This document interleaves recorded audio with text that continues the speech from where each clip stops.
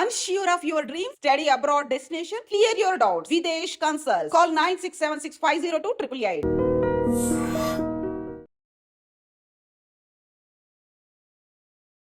అందరికీ నమస్కారం. Welcome back to IT media. మన ఆయుర్వేదం ప్రోగ్రామ్కి అందరికీ స్వాగతం. ఆటో ఇమ్యూన్ డిసీజెస్గా కొన్ని డిసీజెస్ని మనం చెప్పుకుంటూ ఉంటాము. అందులో కీళ్ళవాతం, దీని గురించి ఈరోజు మాట్లాడుకోబోతున్నాము. అసలు కీళ్ళవాతం అనేది ఎవరిలో వస్తుంది? ఏజ్డ్ పీపుల్లోనే వస్తుందా? చిన్నవాళ్ళల్లో వస్తుందా? రావడానికి ముందుగా మనకి బాడీ మనకి ఏమైనా సిగ్నల్స్ ఇస్తుందా?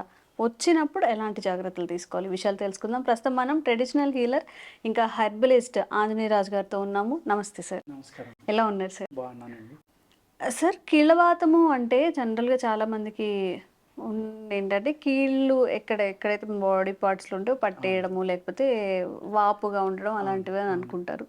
ఇవి పర్టికులర్గా వీళ్ళలోనే వస్తాయి అనేది ఏమైనా పర్టికులారిటీ ఉందా సార్? అంటే ఇది ఆటో ఇమ్యూన్ ప్రాబ్లం అన్నమాట. ఎవరికైనా రావచ్చు, ఏ ఏజ్లో అయినా రావచ్చు. అంటే పూర్వం ఎలా ఉండేదంటే ఒక 50-60 సంవత్సరాల క్రితం ఒక ఏజ్కి వచ్చేది 45, 50, 60 ఆ ఏజ్లో. ఇప్పుడు ఆ ప్రాబ్లమ్స్ అన్నీ కూడా ఇప్పుడు 15 ఏళ్ళు, 20 ఏళ్ళు, 25 ఏళ్ళు వాళ్ళకు కనపడుతున్నాయి. ఈ కీళ్ళవాతం అనేది రుమటాయిడ్ ఆర్థరైటిస్ అని, ఆస్టియోపోరోసిస్ అని ఇలా రకరకాల పేర్లతోటి పిలుస్తారమ్మా. అంటే ఎముకలు గుల్లబారిపోవడం అంతేనా? వీక్ అయిపోతూ ఉంటాయా? అవునమ్మా. ఆస్టియోపోరోసిస్ అంటే ఎముకలు గుల్లబారిపోవడం. ఆర్థరైటిస్, సొరాటిక్ ఆర్థరైటిస్ అంటే ఈ సొరయాసిస్కి సంబంధించిన ఆర్థరైటిస్, అది కూడా ఆటోఇమ్యూన్. అలాగే రుమటాయిడ్ ఆర్థరైటిస్, ఇది కూడా ఆటోఇమ్యూన్. ఇవన్నీ కూడా ఆటోఇమ్యూన్ కింద వస్తాయి. ఈ ఆటో ఇమ్యూన్లో ఏమవుతుందంటే మన బాడీలో సెల్స్ ఏవైతే ఉన్నాయో మనకు ఫేవరబుల్గా వర్క్ చేసి అవి వ్యతిరేకంగా పనిచేయటమే ఆటో ఇమ్యూన్ ప్రాబ్లం అంటారు. మన బాడీకి వ్యతిరేకంగా పనిచేస్తాయి అనమాట. దానికి మెడిసిన్స్ లేవు మోడర్న్ వైద్యంలో అని అంటారమ్మా. కానీ చాలా మన ట్రెడిషనల్ మెడిసిన్స్లో అనేక రకాలు ఉన్నాయి. ఆల్టర్నేటివ్ మెడిసిన్లోనే తగ్గించుకోవచ్చు దాన్ని. అలాగే ఈ వ్యాధి ఎందుకు వస్తుంది అంటే వాత వ్యాధుల్లో ఒక రకం ఉంది. మామూలుగా వాతాలు అంటాం. వీటి గురించి ఈ వాత వ్యాధుల్లో ఒక రకం అన్నమాట. వాత వ్యాధులు 80 కొందరు, 84 అని, 100 అని ఇలా రకరకాలుగా చెప్తూ ఉంటారు. కానీ 80-84 ఎక్కువ గ్రంథాల్లో రాసి ఉందమ్మా. ఈ వాత వ్యాధుల్లో ఒక పార్ట్ అనమాట ఇది. ఈ 80 వాత వ్యాధుల్లో ఒకటి ఈ రుమటాయిడ్ ఆర్థరైటిస్ అనేది. అనేక రకాలు ఆటో ఇమ్యూన్కి ఆయుర్వేదంలో మెడిసిన్స్ ఉన్నాయి. మేము రుమటాయిడ్ ఆర్థరైటిస్ అయితే మేము కొన్ని 100 మందికి చేసి ఉంటాం. మాది ఫెయిల్యూర్ కేసెస్ 5-4 ఉండొచ్చేమో 100కి ఓవరాల్గా. అంత బాగా ఈ ఆయుర్వేదం అనేది పనిచేస్తుందండి. వీళ్ళు ఆహార నియమాలు జాగ్రత్తగా పాటించాలి. 80 వాతాలు అన్నాం కదమ్మా, ఆ వాతాల్లో ఒక భాగమే ఈ రుమటాయిడ్ ఆర్థరైటిస్ అనేది. వీళ్ళు మెయిన్ తినకుండా ఉండవలసిన పదార్థాలు వాతకర పదార్థాలమ్మా.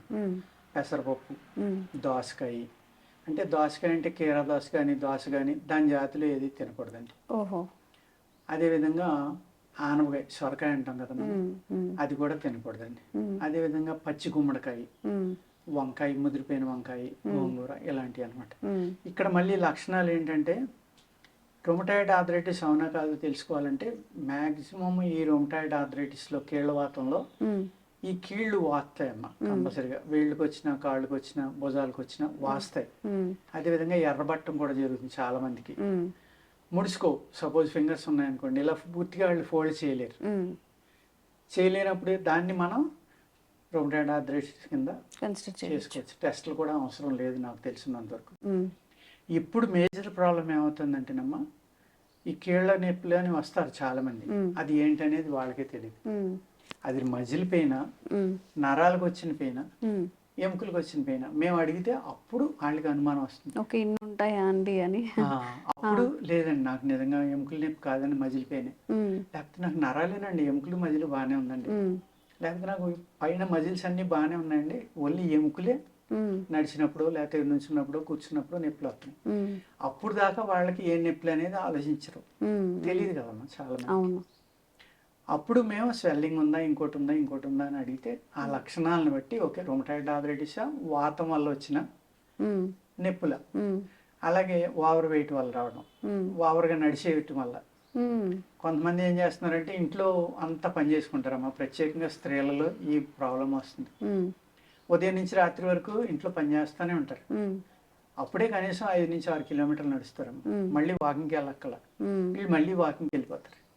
వెళ్ళిపోయి ఎత్తు పల్లాలు ఉన్న ప్రదేశం కానీ, గట్టిగా ఉన్న ప్రదేశం కానీ, సరైన షూస్ కానీ ఇటువంటివి లేకుండా, కాళ్ళకి సరైన ఇది లేకుండా నడిస్తే కనుక రకరకాల ప్రాబ్లమ్స్ వస్తాయి. ఓకే. కానీ రెగ్యులర్గా ఎక్సర్సైజ్ చేసేవాళ్ళు, యోగా చేసేవాళ్ళు, ఎక్సర్సైజ్ చేసేవాళ్ళు అలాంటి వాళ్ళు నడిచినా, ఎత్తు పల్లాల మీద నడిచినా, ఏం చేసినా వాళ్ళ బాడీ తట్టుకునే శక్తి ఉంది. వీళ్ళు సున్నితంగా ఉండే వాళ్ళకి తట్టుకునే శక్తి ఉండదు. అప్ అండ్ డౌన్స్ మీద నడిచేవాడికి ఎక్కడో నరం పట్టుకుంటుంది, అది పెరిగి పెద్దదవుతుంది. అప్పుడు మళ్ళీ ఆపరేషన్లు అంటారు, అది అంటారు, ఇది అంటారు. అందుకోసం ఏంటంటే మనం ఈ ఉన్నప్పుడు పద్యం మెయిన్ పాటించడం, సరైన ఆహారం తీసుకోవడం, ఏవి తీసుకుంటే మనకి బాడీలో శక్తి వస్తుంది అటువంటి ప్రాబ్లం. ఇప్పుడు ఎలా ఉంటుందంటేనమ్మా 25-30 ఏళ్ళలో కూడా మజిల్ వీక్ అయి పెయిన్ వచ్చింది అనుకోండి, దానికి మెడిసిన్కి వెళ్ళకూడదు. ఆ మజిల్ని స్ట్రెంగ్థెన్ చేసుకోవడానికి ఎక్సర్సైజ్ కానీ, లేకపోతే ఒక పైపోతలుగా వచ్చే ఆయిల్స్ కానీ, బలానికి ఆహారం తీసుకోవాలి. ఆ మజిల్కి శక్తి వచ్చింది అనుకోండి, ప్రాబ్లం సాల్వ్ అయిపోయింది కదా. కొంతమంది వస్తూ ఉంటారు మా దగ్గరికి, నాకు అర్థమవుతుంది, అమ్మ మీకు ఏ నొప్పి లేదు, మీకు నీరసం ఉంది, ఆ నీరసానికి మందు ఇస్తాను, ఇవన్నీ తగ్గిపోతాయంటే. మాకు నొప్పులకి వస్తే మీరు నీరసానికి మందు ఇస్తా అంటారేంటి అని దెబ్బలాడుతూ ఉంటారు కొంతమంది. కొన్ని అలవాడేక మీరు చెప్పింది రైటే సార్, తగ్గిపోయినాయి సార్ అంటే వాళ్ళ అవగాహన ఉండదమ్మా. మన శరీరం మీద మనకే అవగాహన లేకపోవడం వల్లే చాలా రకాల ప్రాబ్లమ్స్ వస్తాయన్నమాట. ఈ రొమటాయిడ్ ఆర్థరైటిస్ అంత మాత్రాన్ని ఇది తగ్గదు, జీవితాంతం మందులు మింగాలి, ఆ మందులు మింగితే ఇంకోటి వస్తుందని బెంగ పెట్టుకుని దాన్ని పెంచేసుకునే వాళ్ళు కూడా చాలా మంది ఉంటారు. అంచేత రొమటాయిడ్ ఆర్థరైటిస్ లాంటివి వచ్చినా కూడా ఆయుర్వేదంలో చక్కని పరిష్కారాలు ఉన్నాయమ్మా. తప్పనిసరిగా మనం తగ్గించుకోవచ్చు. కాకపోతే ఏంటంటే చెప్పిన మాట విని వాళ్ళ డైట్ అనేది అలవాట్లు అనేవి మార్చుకోవాలి. ఏ అయితే తినొద్దన్నామో అవి మానేసమ్మా.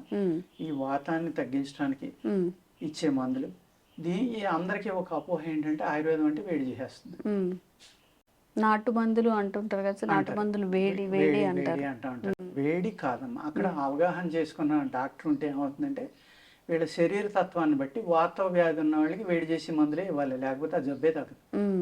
వేడి వ్యాధి ఉన్న వాళ్ళకి చలవ చేసి అనుపానంతో, సపోజ్ వాతం విపరీతంగా ఉందమ్మా బాడీలో, వాళ్ళకి బాడీ హీట్ అయితేనే కానీ ఆ ప్రాబ్లం తగ్గదు.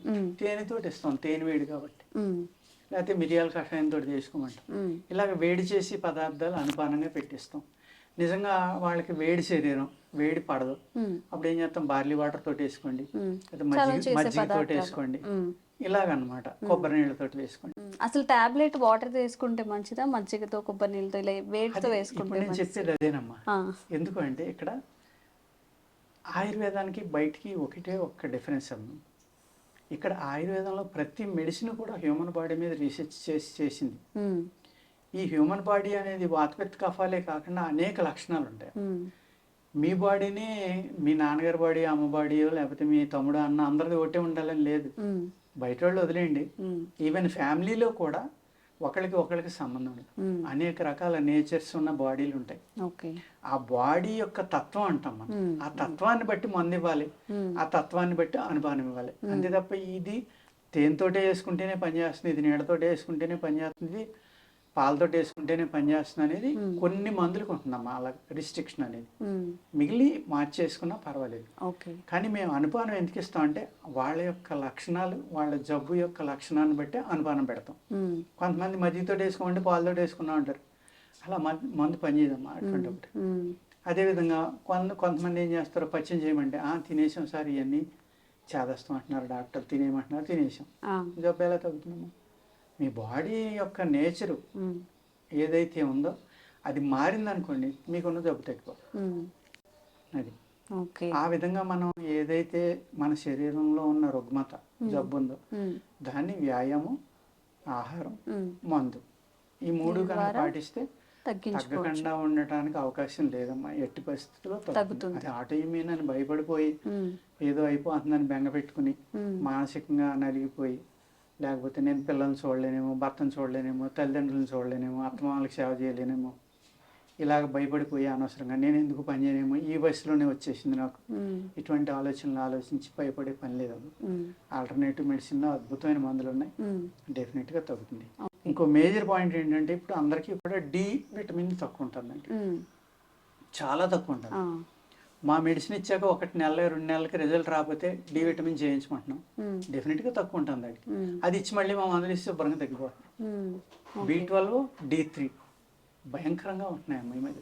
ఉంటే 2000, 1800, 1500 B12 అంత ఎక్కువ ఉండటం కూడా ప్రమాదం. అటువంటి కేసులు ఈ మధ్య చాలా మందికి వస్తున్నాయి. వాళ్ళు ఏం చేస్తున్నాం అంటే విటమిన్ సి న్యాచురల్ దొరికితే వేసుకోండి, లేకపోతే ఒక నిమ్మకాయ రసం రోజు మీకు పడితే కనుక ఒక చెక్క నిమ్మరసం నీళ్ళలో కలుపుకుని వేడి నీళ్ళలో తాగండి, కాస్త తేనె వేసుకుని అంటున్నా. B12 2000, 1800 ఇలా ఉన్న వాళ్ళకి నార్మల్గా వస్తాం. ఓకే, విటమిన్ సి అనేది ఇంపార్టెంట్ అన్నమాట.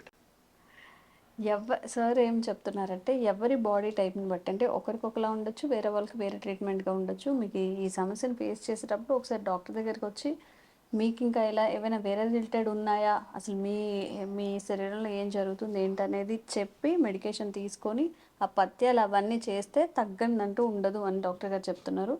నిజంగా మీరు అలాంటివి ఏమైనా ఫేస్ చేస్తే మీ రిలేటివ్స్ కానీ ఫ్రెండ్స్ కానీ ఎవరైనా ఉంటే వీడియో ఫార్వర్డ్ చేయండి, కన్సల్ట్ అయ్యి తగ్గించుకోవడానికి ట్రై చేయండి. Thank you sir. Sir, one life lesson what medicine has taught you. Whatever you can do without expecting. But I really believe మన పాజిటివ్ యాటిట్యూడ్ ఉంటేనే మనం ఏదైనా సాధించగలం. గట్ని మనం కరెక్ట్గా డీల్ చేసినట్లయితే అది మనకి పాజిటివ్ హార్మోన్స్ని రిలీజ్ చేస్తుంది. షుగర్ వచ్చిన వాళ్ళ పరిస్థితి ఏంటి? పొట్ట దగ్గర పెరిగితే దాన్ని ఆండ్రాయిడ్ అంటారు, ఆండ్రాయిడ్ ఫోన్ కదా. అసలు థాట్స్ ఎందుకు వస్తాయి? బ్రెయిన్ డెడ్ అంటే దానికి ప్రపంచం అంతా కూడా కొన్ని నిర్దిష్టమైనటువంటి లక్షణాలు ఉన్నాయి. మానసికంగా ధైర్యంగా ఉంటే క్యాన్సర్ జయించవచ్చు. You are a doctor for a cause sir, అంతే. వాళ్ళకి వచ్చిన ఆదాయం కాకుండా ఫ్రీ సర్వీస్ ఎంతమందికో చేస్తారు.